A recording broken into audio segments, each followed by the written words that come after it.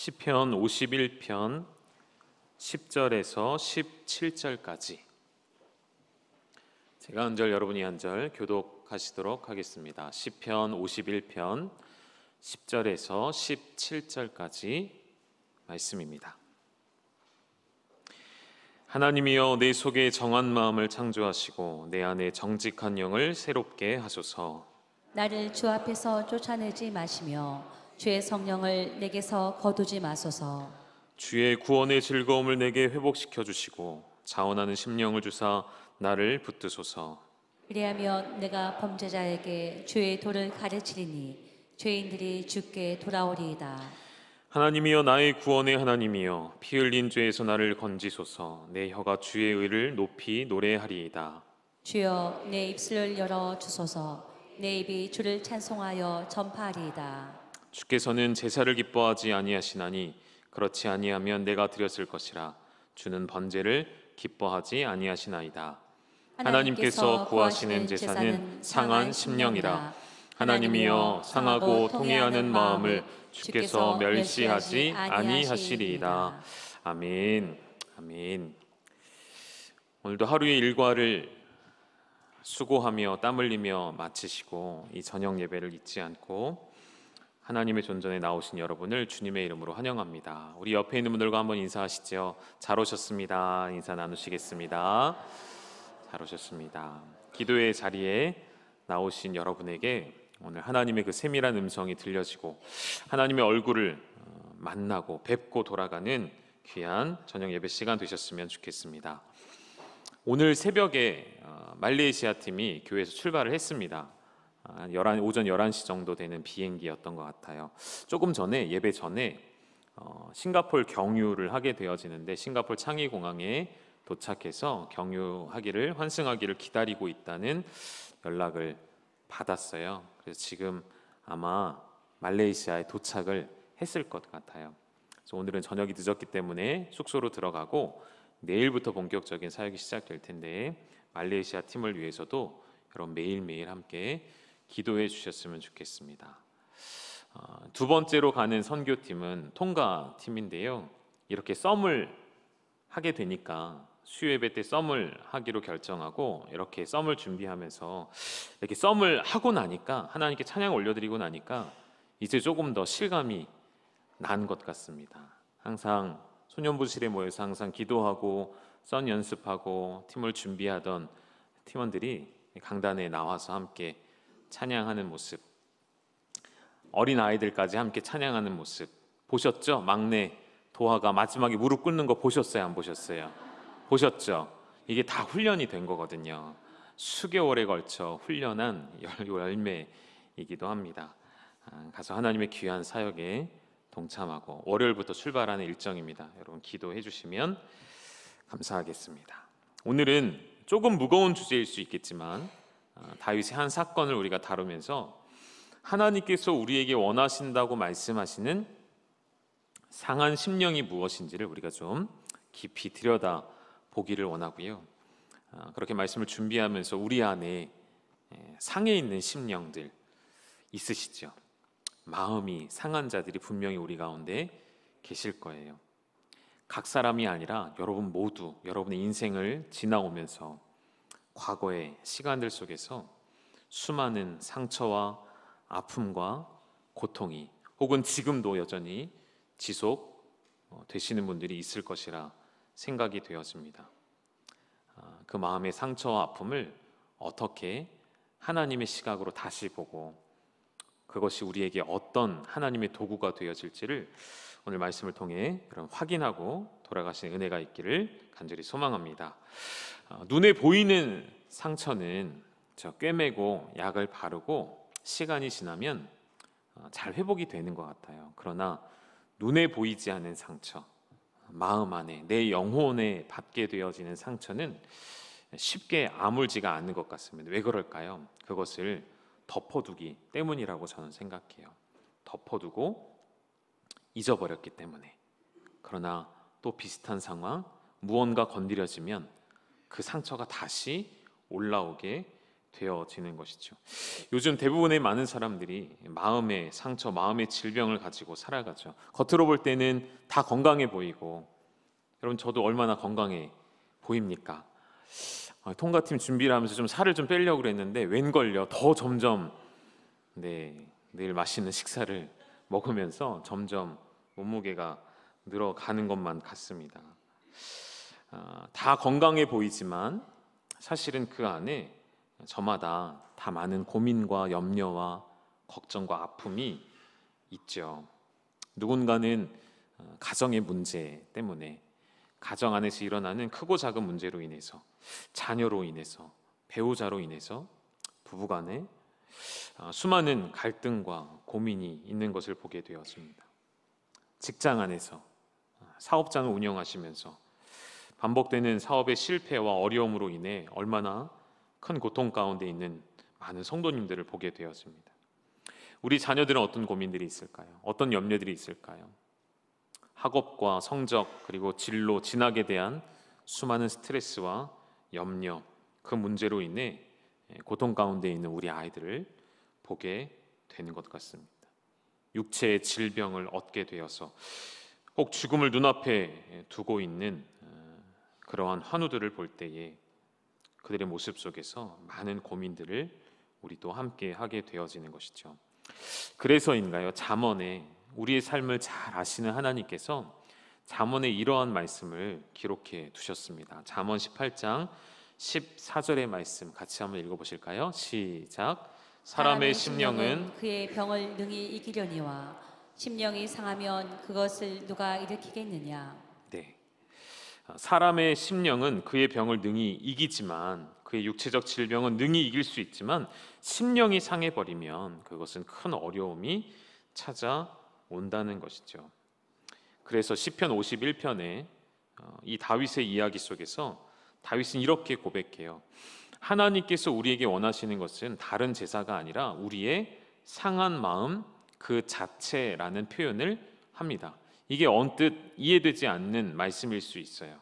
그럼 다윗이 어떤 상황에서 이런 이야기를 고백하고 있는지를 한번 보실까요? 51장 17절에 보시면 하나님께서 구하신 제사는 상한 심령이라 하였고요. 17절 하반절에 조금 더 풀어서 이렇게 한 번 더 이야기합니다. 하나님이여 상하고 통회하는 마음을 내게 주시고 그런 마음을 하나님께서는 멸시하지 않으실 것입니다. 그래서 오늘 이 상한 마음 그리고 통회하는 마음, 이 두 가지를 좀 더 깊이 보겠습니다. 첫 번째, 여러분 상한 마음이라는 것, 왜 하나님은 상한 마음을 자기 백성들에게서 원하신다라고 표현하실까요?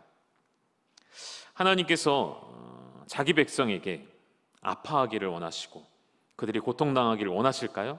그것은 아닐 텐데 오늘 시편 51편에 표제가 있습니다. 그 표제가 뭐라고 되어 있는지 화면에 띄워드릴 테니까 이 표제만 우리 한 번 더 같이 읽어보실까요? 시작.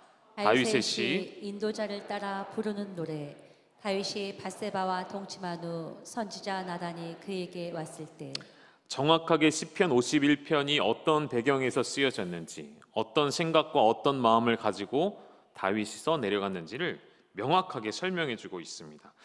그럼 이 사건이 있었던 본문을 우리가 좀 이동해 보면 좋겠죠. 사무엘하 11장 2절부터 5절까지 말씀인데요. 이 말씀은 저랑 여러분이랑 한 절씩 좀 다시 교독했으면 좋겠습니다. 2절부터 5절까지예요. 화면에 띄워드립니다. 저녁 때에 다윗이 그의 침상에서 일어나 왕궁 옥상에 거닐다가, 우리 이 말씀 읽으면서 그런 생각 많이 하죠. 저녁이 되면 돌아다니지 말아라. 밤이 되면 집에 일찍 들어가라. 저녁 때에 다윗이 그의 침상에 일어나 왜 왕궁 옥상을 거닐다가 하필이면 그곳에서 한 여인이 목욕하는 것을 보게 되는 것이죠. 그리고 다윗의 눈에 어떻다고요? 심히 아름다워 보였답니다. 우리 3절 읽어주실까요? 시작. 다윗이 사람을 보내 그 여인을 알아보게 하였더니 그가 아뢰되 그는 엘리암의 딸 이요셉 사람 우리아의 아내 밧세바가 아니니까 하니. 왜 사람을 보냈을까요? 왜 사람을 보내가지고 그런 사달이 나게 만들었을까요? 알아봤더니 그가 어떤 누구였죠? 햇사람 우리아의 아내, 다윗의 충직한 신하, 충직한 장군의 아내였음을 알게 되었습니다. 그러면은 어떻게 해야 될까요? 거기서라도 멈췄다면, 거기서라도 마음을 접었더라면 얼마나 좋았을까요? 그런데 4절에 보니까 다윗이 전령을 보내요. 그 여자를 자기에게로 데려오게 하고, 그 여자가 부정함을 깨끗하게 하였으므로 더불어 동침함에 그 여자가 자기 집으로 돌아가니라. 순간의 욕정과 정욕을 이기지 못한 다윗이, 모든 것을 누리고 있는 다윗이 자신의 권세와 힘으로 부정한 일을 행하고 말았습니다. 그리고 5절에 보면 그 여인이 결국 임신하게 되었고, 사람을 보내 다윗에게 말하여 내가 임신하였다는 소식을 전하게 되어지죠. 여러분, 다윗이 이 무거운 사건, 참 다루고 싶지 않은 사건이죠. 자신이 범한 죄를 숨기려고 하죠. 아무에게도 들키지 않으려고 합니다. 그래서 그 여인이 임신한 사실을 자신으로 말미암은 것이 아니기를 사람들이 알게 하기 위해 전쟁터에 나가 있던 우리아를 불러들이고 집으로 보내게 하죠. 그런 충직한 신하였던 우리아는 어떻게 하죠? 지금 이 전쟁 중에 자신의 신하들이 전쟁터에 있는 가운데 본인은 집으로 돌아갈 수 없다라고 하죠. 결국 자신의 죄를 숨기려 하는 다윗의 죄악이 어느 죄까지 연결되어지죠?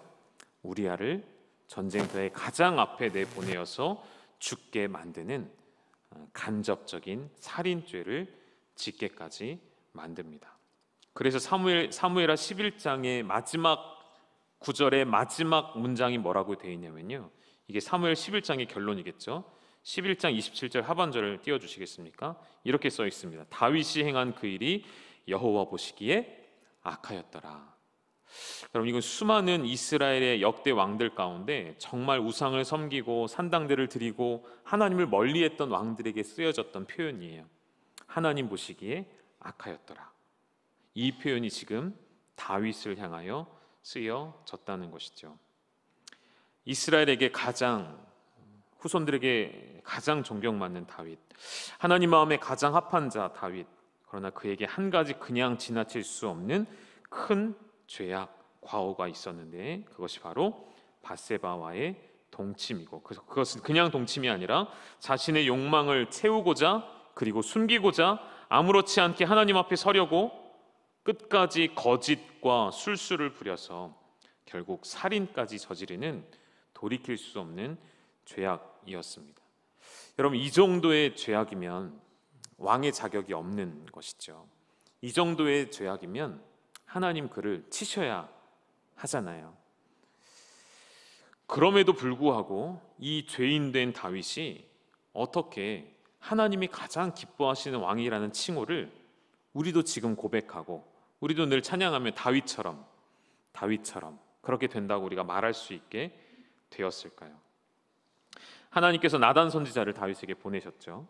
그리고 비유를 통해서 다윗 스스로가 얼마나 큰 죄인인지를 깨닫게 합니다. 다윗의 입속에서 그러한 죄인이 누구냐, 당장 잡아와라 라고 했을 때 나단이 뭐라고 했죠? 바로 당신입니다. 바로 다윗 왕 당신입니다. 그 고백 가운데 다윗이 뭐라고 고백하죠? 딱 한마디 해요. 내가 여호와께 죄를 범하였노라. 내가 여호와께 죄를 범하였노라. 이런 고백이 참 놀랍기는 한데요, 사실 더 놀라운 고백이 뒤에 따라 나와요. 나단의 입에서 뭐라고 했을까요? 우리 한번 확인해 볼까요? 오늘 중요한 말씀이기 때문에 사무엘하 12장 13절 같이 읽습니다. 시작. 다윗이 나단에게 이르되 내가 여호와께 죄를 범하였노라 하매 나단이 다윗에게 말하되 여호와께서도 당신의 죄를 사하셨나니 당신이 죽지 아니하려니와. 그럼 이게 무슨 말인지 이해되셨습니까? 나단이 그의 죄를 깨닫게 했어요. 하나님께서 시키셔서 다윗이 자신의 죄를 고백하고 인정했습니다. 그래서 하나님 뭐라고 하셨다고요? 당신의 죄를 사하셨습니다. 이거 이렇게 넘어가도 되는 문제일까요? 여러분 어떻게 생각하십니까? 어떻게 하죠? 그냥 인정해요? 하나님이 사하셨다고 하니까 그냥 넘어가요? 여러분 어떻게 하실 거예요? 여러분이 밧세바의 측근이라 한다면, 혹은 우리아의 친척이라 한다면, 우리아와 관계된 사람이라면, 다윗의 충직한 종이라 한다면, 하나님의 신실한 거룩한 자녀들이라 한다면 이 문제 어떻게 하시겠습니까? 다윗을 끌어내려야 하는 것 아닐까요? 하나님이 용서하셨다고 하면 끝나는 문제일까요? 이 문제를 오늘 여러분과 좀 풀어가고자 합니다. 이해하기 어려운 하나님의 용서의 기준. 우리로서는 합당하게 받아들일 수 없는, 이해할 수 없는 하나님만의 기준은 과연 무엇일까? 이 문제의 답을 구약에선 찾을 수가 없고요, 신약으로 와야만 찾을 수가 있습니다. 우리 로마서 말씀을 보겠는데요, 로마서 3장에 죄에 관하여 이야기하는 부분이 있습니다. 23절부터 25절까지 이 구절들도 중요하니까요, 우리 천천히 같이 한번 읽어보시겠습니다. 시작. 모든 사람이 죄를 범하였음에 하나님의 영광에 이르지 못하더니 그리스도 예수 안에 있는 속량으로 말미암아 하나님의 은혜로 값없이 의롭다 하심을 얻은 자 되었느니라. 이 예수를 하나님이 그의 피로써 믿음으로 말미암는 화목제물로 세우셨으니 이는 하나님께서 길이 삼으시는 중에 전에 지은 죄를 간과하심으로 자기의 의로우심을 나타내려 하심이니. 아멘. 중요한 표현이 나왔습니다. 성경에는 다 나와 있지 않겠지만 여러분, 다윗은 행위로 의롭다함을 받을 수 있는 존재였을까요?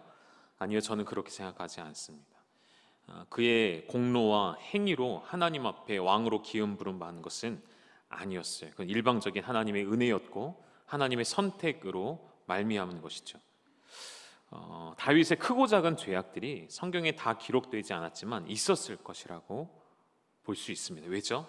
로마서에 선언하는 것처럼 모든 사람이 죄를 범하였음에 이 모든 사람 안에 다윗은 포함되어 있습니다. 밧세바와 우리아의 사건 이전에 이미 다윗은 죄인으로 살아가고 있다는 말이죠. 그러한 모든 상황 가운데, 모든 하나님의 백성들 가운데, 죄인 가운데 하나님이 행하신 일이 한 가지가 있었어요. 그의 아들을 내어주신 일이고 그 일을 통해서 박스 해놨죠. 어떤 표현이 나왔죠? 죄를 어떻게 하신다고요? 간과하심. 죄를 간과하시는 하나님의 기준. 간과가 뭔가요? 그냥 지나친다는 것이죠. 넘어간다는 거예요. 보지 않으신다는 거예요. 문제 삼지 않겠다는 거예요. 여전히 우리로서는 이해할 수 없는 부분이죠. 사무엘하 12장 13절에 방금 읽으셨던 내가 여호와께 죄를 범하였노라 고백하였더니 다윗을 통해 하나님 말씀하십니다. 내가 너의 죄를 사하였다. 물론 그냥 용서받은 것이 아니었죠. 다윗에게 찾아온 징계가 있었습니다. 그렇게 밧세바와 동침하여 낳은 아이가 곧 며칠 안 되어 죽게 되어지죠. 하나님은 다윗의 죄를 그냥 간과하시는 것이 아니고요, 다윗의 그 부끄러운 죄를 그저 감춰주시려는 것이 아니고요, 만일 그렇다면 우리가 하나님께 따져 물을만 할 수도 있을 거예요. 그러나 하나님은 그 죄를 감추시지 않죠. 오히려 더 드러내십니다. 우리가 알고 있는 하나님, 그리고 우리가 늘 읽어오는 하나님의 진리의 말씀, 성경은 이 세상의 다른 종교가 가지고 있는 경전과는 비교할 수조차 없는 것이죠. 살아계신 하나님의 생명이 담긴 책이고요, 이 안에는 우리를 영생으로 인도하는 진리가 담겨져 있기 때문인 것이죠. 세상의 수많은 종교들은 사람이 만들어 놓았기에 사람이 문제를 해결할 수 없지만 이 안에 담겨진 진리 가운데 세상의 다른 경전과 큰 차이점이 하나 있어요. 세상이 만들어 놓은 경전들 안에는 그들이 추앙하고 추모하는 그 선지자들, 그 어떤 추종자들, 그 사람들의 미화된 이야기만 가득 들어가 있죠. 그러나 우리가 가지고 있는 하나님의 말씀에 하나님의 백성들의 믿음의 위인들이라 할지라도 성경은 그들의 약함과 그들의 실수와 그들의 죄악과 그들의 모든 거짓된 것을 낱낱이 숨기지 않고 고백하고 있다는 것을 볼 수가 있습니다. 여러분, 다윗이 그 사무엘하의 상황 속에서 그런 죄를 범하였을 때 저라면 부끄러워서 숨기고 싶을 것 같아요. 아무에게도 말할 수 없을 것 같아요. 그런데 무슨 시편에다 이런 내용을 또 집어넣느냐는 말이에요. 시편에 이 내용을 또 집어넣어서 왜 후대가 다 이것을 기억하고 알게 만드냐는 것이죠. 상식적으로 이해가 안 되는 부분 아닌가요? 그래서 이런 걸 말씀드리고 싶은 거예요. 하나님은 그저 죄를 감추시는 분이 아니세요. 우리 하나님은 그 죄를 끄집어내셔서 다루시고 치료하시고 고치시고 회복시키시는 하나님이시라는 것을 여러분 꼭 기억하셨으면 좋겠습니다. 특별히 우리 하나님은 다윗을 대신하여 장차 십자가에 달리신 예수 그리스도의 죽음이 수백 년의 시간 차이가 있지만 인간의 숫자로는 헤아리기 어려운 시간의 간극이 있지만 그 모든 시간을 거슬러 올라가 우리 하나님은 다윗에게 믿음을 더하셔서 나의 모든 죄악이 대속하시는 그의 아들로 말미암아 온전케 될 것이라는 그 믿음을 하나님은 다윗에게 허락하신 것이죠. 다시 말하면 하나님은 그냥 다윗의 죄를 간과하신 것이 아니라 정당하게 하나님께서 그 죄의 값을 치루심으로 다윗의 죄를 간과하기로 결정을 하신 것입니다. 여러분께도 한 가지 도전해드리고 싶은 것이 있습니다. 우리의 삶에는 크고 작은 죄의 문제들이 분명히 있을 것이라 생각이 되었습니다.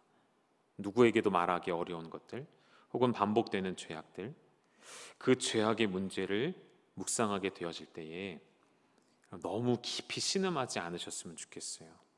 왜냐하면 그 죄의 문제를 다루는 주체는 내가 아니라 우리 아버지 하나님이시기 때문입니다. 그리고 우리 아버지 하나님은 그 죄의 크기와 비교할 수도 없는 온 우주의 하나님, 우리 앞에 계속 찬양 부르셨죠? 위대하신 하나님. 우리의 생각과 우리 이성과 우리 합리적인 생각으로는 결코 가늠할 수 없는 크신 하나님이시기에 다윗의 그 죄가 우리의 눈으로 볼 때 너무나도 커서 그냥 넘어갈 수가 없겠는데 하나님은 그 죄를 정당한 값을 치르시며 간과하신다고 말씀하고 계신 것입니다. 그래서 다윗은 그러한 하나님의 은혜를 알게 된 거예요. 그러한 하나님의 은혜를 경험하게 되므로 다윗이 누리는 특권, 날마다 그리스도로 말미암는 죄사함을 누리는 축복을 아는 왕이었던 것이죠. 이런 왕이 바로 하나님이 기뻐하시는 왕이었어요.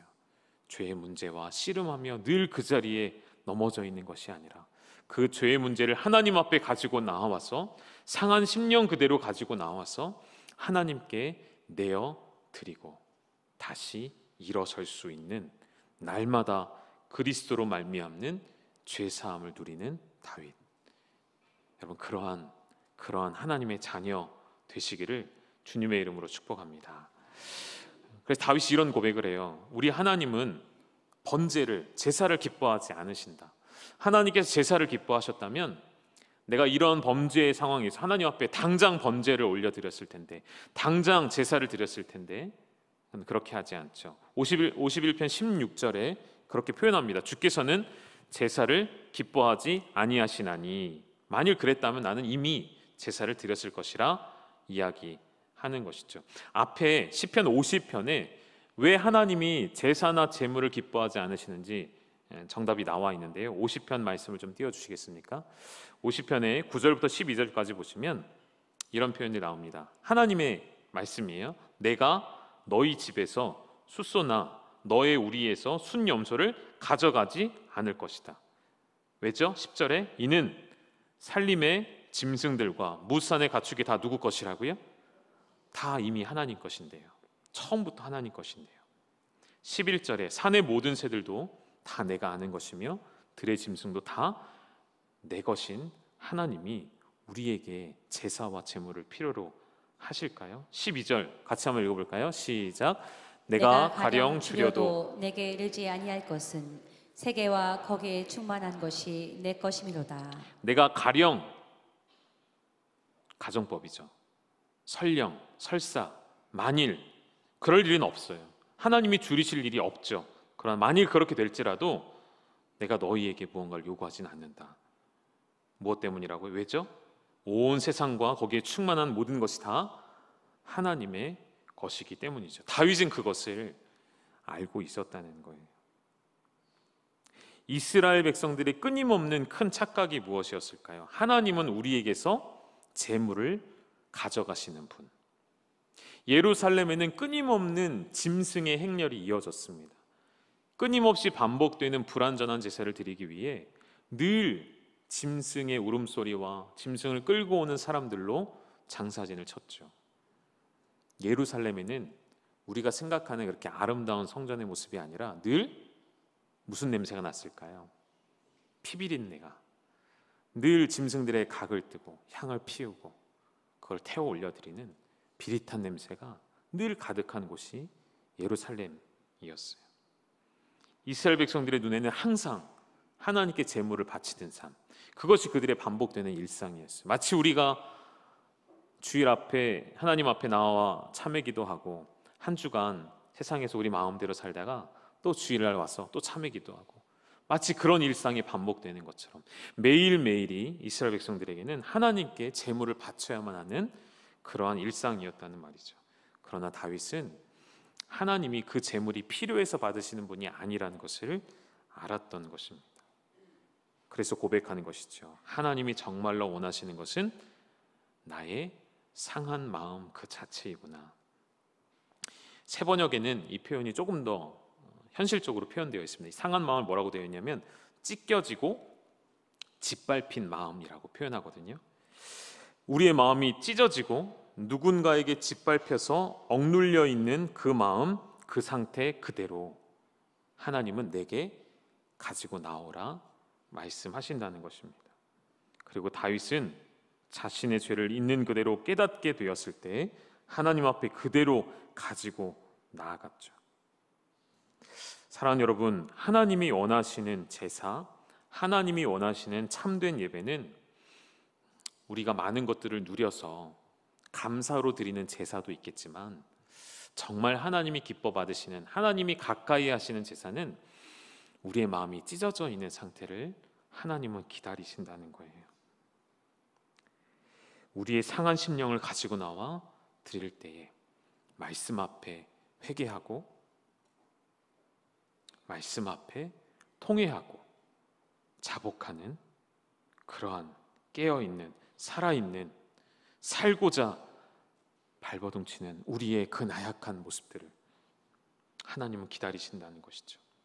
여러분, 우리는 인정해야 해요. 우리는 늘 항상 은혜로 충만할 수 없는 존재이죠. 늘 성령 충만하신 분 계신가요? 어려운 일이에요. 때로는 우리 마음속에 죄악이, 악한 마음이 우리를 충동질할 때가 있죠. 우리를 사로잡을 때가 있습니다. 하나님께로부터 멀어지고자 할 때가 있어요. 때로는 하나님 앞에서도 오기를 부리고 고집을 부리고 싶고 거역하며 반항하기를 내 마음대로 할 때가 있지 않으십니까? 예배의 자리를 피하고 싶고 공동체에서 벗어나고 싶고 공동체 앞에 드러나기를 원치 않고 숨어버리고 싶은 우리의 연약함이 있죠.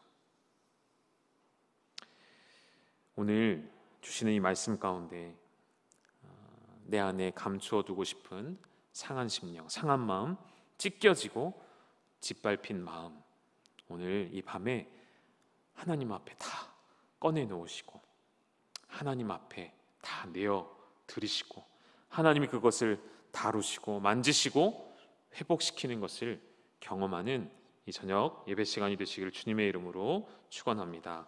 왜 하나님이 자기 백성에게 상한 마음을 원하시는지 우리 신약에 가서 예수님의 말씀 가운데 좀 더 확인을 해볼게요. 마태복음에 가면 마태복음 9장 11절에 예수님께서 마태를 부르시는 장면이 나오는데요. 거기서 바리새인들이 제자들에게 묻죠. 너희 선생은, 저 예수라는 자는 왜 세리와 죄인들과 함께 잡수느냐? 예수님이 뭐라고 답하셨죠? 13절의 말씀 보여주시죠.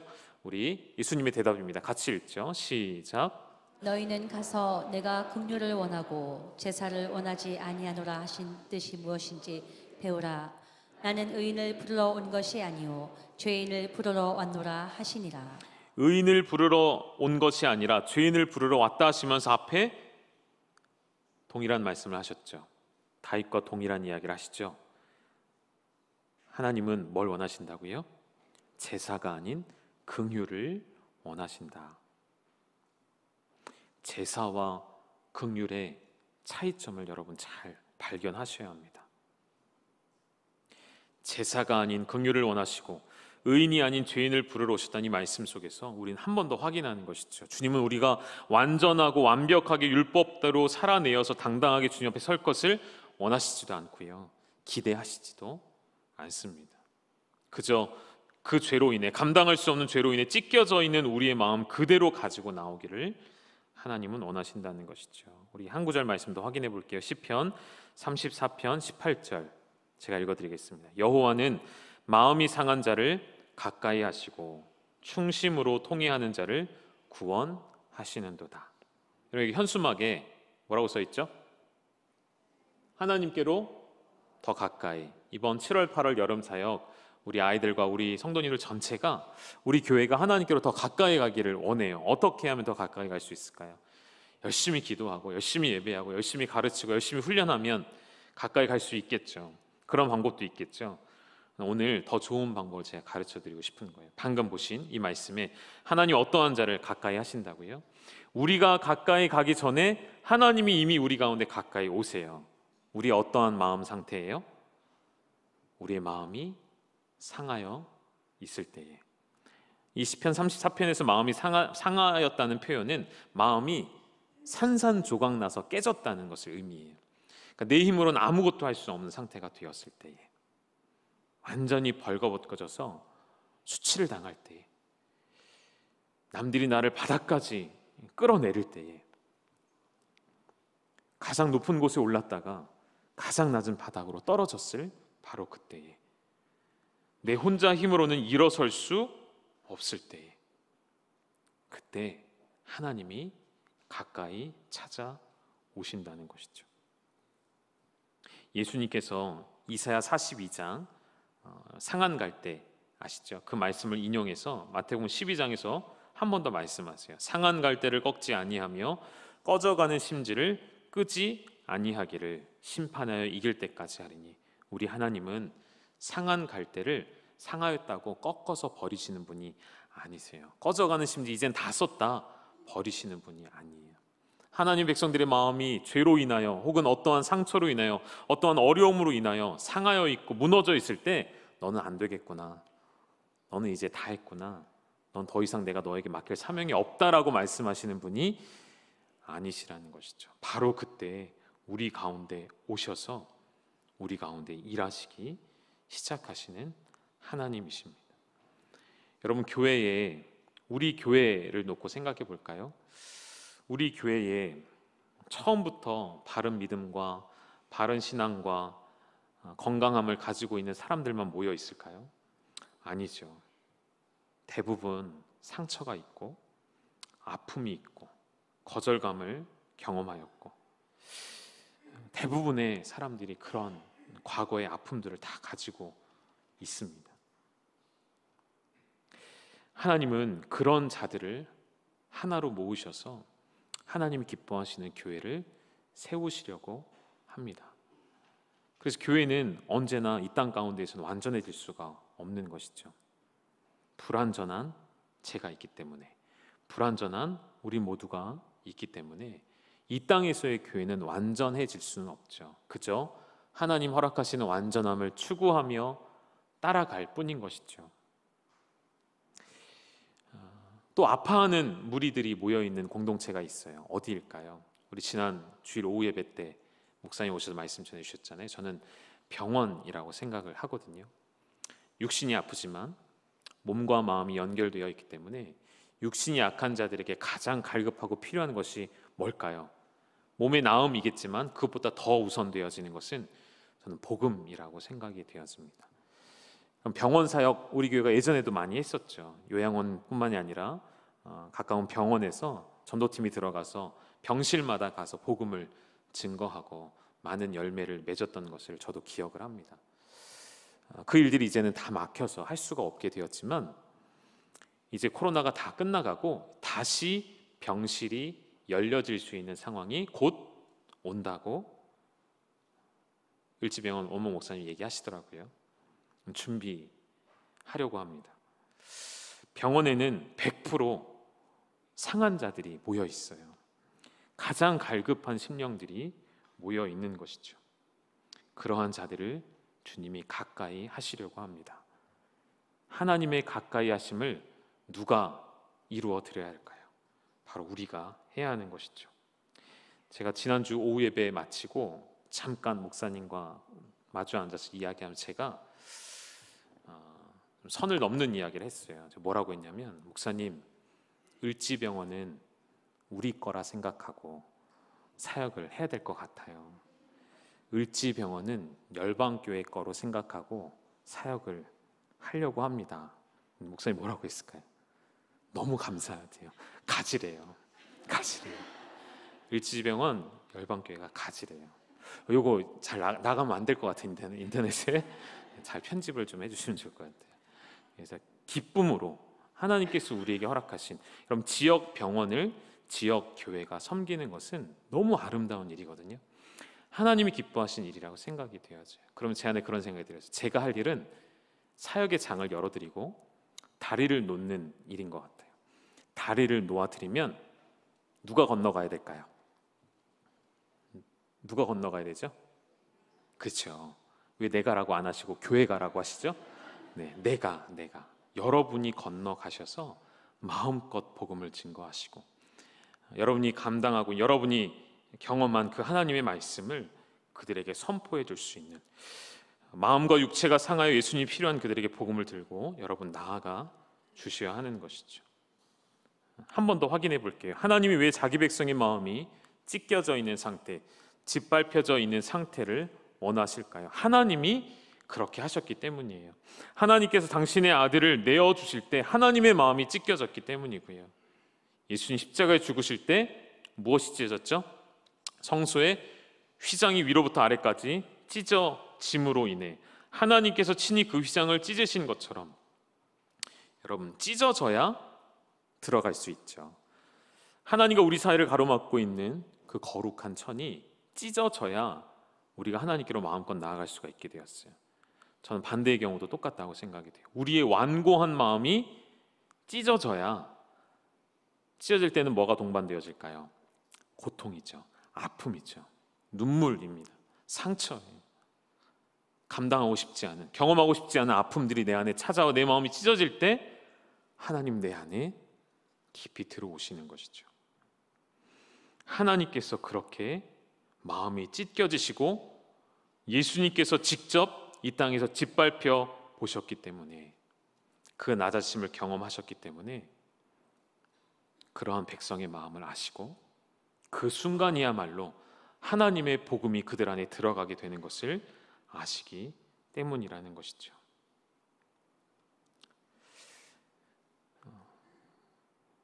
예수님의 그러한 마음을 요한계시록 이렇게 설명하죠. 여러분 잘 아시는 말씀, 요한계시록 3장 20절 우리 같이 한번 읽으실까요? 시작. 볼지어다 내가 문 밖에 서서 두드리노니 누구든지 내 음성을 듣고 문을 열면 내가 그에게로 들어가 그와 더불어 먹고 그는 나와 더불어 먹으리라. 아멘. 그럼 마음을 여는 것이 쉽지가 않습니다. 지난 주일날 사역반도 방학을 했거든요. 여름 방학을 했는데 이제 숙제로 내어드리는 게 이제 나가서 노방전도 하는 거였어요. 나가서 노방전도 하는데 모교 전도팀도 그렇고, 나가서 전도하시는 분들 항상 기쁘게 하실까요? 사람들이 다 기쁘게 받을까요? 생각보다는 의정부에 계시는 분들이 되게 마음씨들이 다 좋으신가 봐요. 잘 받으신대요. 전도지도 잘 받으시고 물도 잘 받아주시고 그런 편인 것 같아요. 그런데 그 중에는 완고하셔서 정말 바늘을 찔러도 한 방울도 피가 안 날 것 같은, 바늘이 들어가지도 않을 것 같은 사람들도 있더라고요. 이렇게 뭔가를 나눠주는 거를 저기 멀리 한 100m 전부터 보시고요, 거기서부터 이렇게 하면서 와요. 거기서부터 이렇게. 부용천이 넓지도 않은데 거기를 이렇게 돌아가느라, 피해서 가느라고 거기서부터 완고하게, 얼굴 표정부터 완고하게. 마음을 스스로 여는 것은 쉽지 않은 거예요. 여러분 가운데 혹시 내가 스스로 결정하여 하나님을 믿었다라고 착각하는 분들이 계십니까? 아니요, 그렇지 않아요. 우리의 완고한 마음을 하나님이 찢어 열어주셨는 거예요. 하나님이 내 상황 가운데 오셔서 내 마음을 두드리셔서 여셨습니다. 내가 연 것이 아니라 그분이 열어주셨고요. 그 나의 마음이 찢겨지고 완고함이 열려질 때에 아까 말씀드린 것처럼 아픔이 함께 올 수 있죠. 그러나 그 아픔을 능히 감당하고도 남는 놀라운 기쁨과 축복이 임하게 되어지는 것이죠. 한 단어 더 보실게요. 아까 통회하는 마음이라 말씀드렸어요. 새 번역에는 짓밟힌 마음이라고 표현되어져 있는데요. 성경에 이런 마음을 가진 사람들을 몇 가지 예를 좀 들어보면 사무엘상 1장 10절에 대표적인 사람 한나이죠. 한나가 마음이 괴로워서 여호와께 기도하고 통곡하며 오늘날과는 비교할 수 없는 이 시대에 아이를 갖지 못함의 괴로움은 이루 말할 수가 없었죠. 모든 사람들이 자신을 멸시하는 상황 가운데 들어가 괴로워 기도하며 통곡을 하고 있는 상태. 여러분, 이 상태가 짓밟힌 마음의 상태인 것이죠. 이사야 57장 15절에 보면요, 하나님은 높고 거룩한 곳에 계시고요, 누구와 함께 하시냐면 통회하고 마음이 겸손한 자에게 가장 낮은 자리에 있는 자와 하나님 함께 하신다 말씀하십니다. 통회하고 마음이 겸손한 자. 예수님께서 산상수훈 가운데 마태복음 5장 4절에도 뭐라고 말씀하셨죠? 애통하는 자는 복이 있나니 그들이 뭘 받죠? 위로를 받을 것이요. 어떤 위로일까요? 다른 위로가 아니에요. 다른 것으로 채워주시는 것이 아니죠. 하나님이 함께 해주시는 위로하심입니다. 여러분, 하나님과 함께 하기를 원하시죠? 하나님을 더 가까이 뵙기를 원하시죠? 우리의 마음이 통회하고 자복하는 상태에 있다면 그 하나님을 가까이서 만나게 되실 것입니다. 그러한 자들의 특징은 시편 62편에 나온 것처럼 하나님 앞에 우리의 마음을 토해내는 사람들이에요. 이제 교회 등록하시는 분들 가운데 그렇게 토해내고 싶고 마음껏 쏟아내고 싶고 뜨겁게 하나님을 예배하고 싶어서 열방교회가 그런 교회라고 듣고 또 와서 경험했다고 말씀하시는 분들이 계시더라고요. 오늘 이 밤에도 여러분 안에 있는 모든 것들을 하나님 앞에 토해내시는 우리의 상한 마음, 짓밟힌 마음이지만 주님을 모실 수 있기에 기꺼이 낮아지는 자리로 들어가시기를 주님의 이름으로 축원합니다. 마지막 결론입니다. 다시 다윗의 이야기 좀 돌아오셔서요. 참 재미있는 게 있어요, 여러분. 다윗이 이 시편 51편에서 표제에 있는 것처럼 자신의 죄를 이제 그가 받아들이는 거죠. 인정하는 것이죠. 그리고 하나님이 그 영혼을 치유하셨어요. 그런 시편의 노래 가운데 한 번이라도 더 밧세바에 대한 이야기가 나와야 되지 않을까요? 한 번이라도 자신의 죄를 용서해달라는 표현이 나와야 되지 않을까요? 아니면 나의 마음과 나의 생각이 원수에게 빼앗기지 않도록 나를 지켜달라는 표현이 나와야 되지 않을까요? 나의 정욕을 하나님 다스려 주십시오, 이런 표현이 나와야 될 것 같은데 시편 51편에 그런 고백이 나오지 않습니다. 오히려 다윗은 무엇을 고백하냐면요, 11절에 보면 나를 주님 앞에서 쫓아내지 마시며 주의 성령을 내게서 거두지 마소서. 또 볼까요? 10절에는 여러분 우리 찬양으로 이따가 부를 건데요, 10절 말씀 같이 읽어볼까요? 시작. 하나님이여 내 속에 정한 마음을 창조하시고 내 안에 정직한 영을 새롭게 하소서. 정직한 영, 굳건하고 확고하며 흔들리지 않는 상태를 말하는 것입니다. 그리고 더 놀라운 것,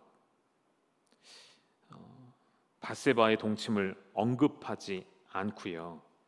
이 부분은 제가 좀 인용을 해온 부분이 있는데요, 존 파이프 목사님이 이 다윗의 이 문제에 대해서 뭐라고 이야기했냐면, 다윗이 하나님 앞에서 자신의 죄과를 고백하거나 다시 밧세바의 어떤 그 죄의 문제를 언급하지 않는 것은 무엇 때문일까?